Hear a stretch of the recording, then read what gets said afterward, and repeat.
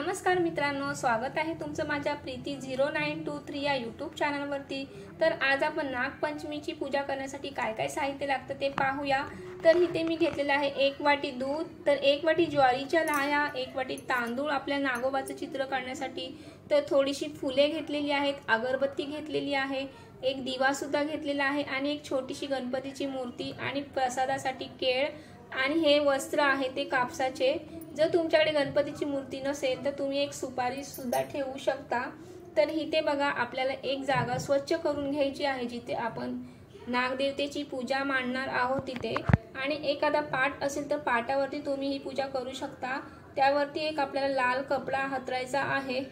तर अशी तुम्ही बाजूनी रांगोळी सुद्धा काढू शकता जर तुमच्याकडे फुले नसतील तर सर्वात अगोदर इथे बघा हे एक मी चित्र घेतलेलं आहे, त्यावरती नागदेवतेचे सर्व चित्र आहे आणि त्यानंतर आपल्याला तांदळाने अशी नागोबाची मूर्ती काढायची आहे, म्हणजे आकार काढायचा आहे। ह्या वर्षी नागपंचमी हा सण 29 जुलै 2025 रोजी साजरी होणार आहे। तर पूजेचा शुभ मुहूर्त आहे सकाळी 5:41 ते 8:23 या मिनिटांच्या दरम्यान। तर नागदेवतेला आपल्याला दूध, हळद, फुले अर्पण करायची आहे आणि ओम नागदेवताय नमः हा मंत्र जप करायचा आहे। नागपंचमी हा सण महाराष्ट्रात महिला मोठ्या उत्साहाने पार पाडतात। श्रावणात हा सण आल्याने हा सण अत्यंत महत्त्वाचा मानला जातो। हा सण नागांना समर्पित आहे। या दिवशी नागदेवतेची पूजा केल्याने कुंडलीत असलेल्या कालसर्प दोषाचा नकारात्मक प्रभाव कमी होतो, तसेच घरात सुख, शांती आणि समृद्धी सुद्धा येते असे म्हटले जाते। तांदूळनी नागदेवतेचे चित्र काढून झाल्याच्या नंतर आपल्याला थोडेसे तांदूळ ठेवायचे आहे आणि त्याच्यावरती आपल्याला गणपतीची मूर्ती किंवा एक सुपारी स्थापन करायची आहे। त्यानंतर दुसऱ्या बाजूला आपल्याला थोडेसे तांदूळ पुन्हा ठेवून त्यावरती सुद्धा हळद कुंकू वाहायचं आहे आणि त्यानंतर आपल्याला दिवा सुद्धा तिथे ठेवायचा आहे।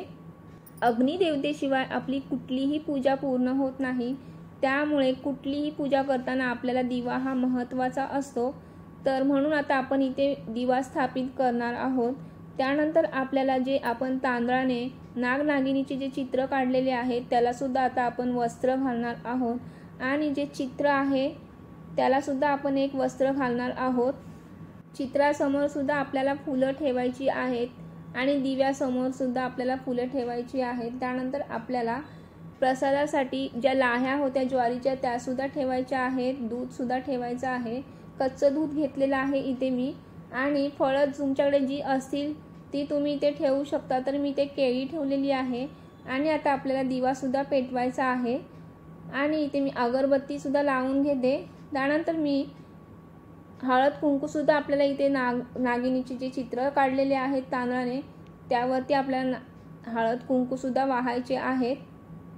पूजा करताना आपल्याला ओम नागदेवाय नमः या मंत्राचा जप सुद्धा करायचा आहे, मनातली मनामध्ये किंवा तुम्ही मोठ्याने म्हणून सुद्धा करू शकता। नागपंचमीच्या दिवशी काय टाळावे? नागपंचमीच्या दिवशी जमिनीची खोदकामे, लोखंडी वस्तूंचा वापर आणि वादविवाद टाळावा। श्रावण महिन्यातील पंचमी तिथीला नागदेवतेची पूजा केली जाते। असे मानले जाते की या दिवशी श्रद्धेने नागदेवतेची पूजा केल्याने दुःख दूर होतात, आर्थिक अडचणी कमी होतात आणि ग्रहदोष सुद्धा कमी होतात। यंदा या दिवशी शुभ योगही बनत असल्यामुळे नागपंचमीचा दिवस अधिक शुभ मानला जात आहे। तर मित्रांनो, अशा पद्धतीने मी नागदेवतेची पूजा केलेली आहे अगदी साध्या पद्धतीने। तर तुम्ही माझ्या चॅनलवरती नवीन असताल तर माझ्या चॅनलला सबस्क्राईब करा आणि जर माझा व्हिडिओ तुम्हाला आवडला असेल तर लाईक सुद्धा करा आणि बाजूला दिलेल्या बेल आयकॉनवरती सुद्धा क्लिक करा, कारण की माझे जे येणारे नवीन व्हिडिओ असतील ते तुमच्यापर्यंत सगळ्यात अगोदर पोहोचतील। नागदेवतेस दूध, जल अर्पण करून धूप, दीप, नैवेद्य समर्पित करावा। शेवटी आरती करून नागपंचमीची कथा ऐकावी किंवा वाचावी। याच दिवशी खीर आणि साखर भातासारखे पारंपरिक पदार्थ बनवले जातात। तर भेटूया अशा एका नवीन व्हिडिओमध्ये, तोपर्यंत बाय।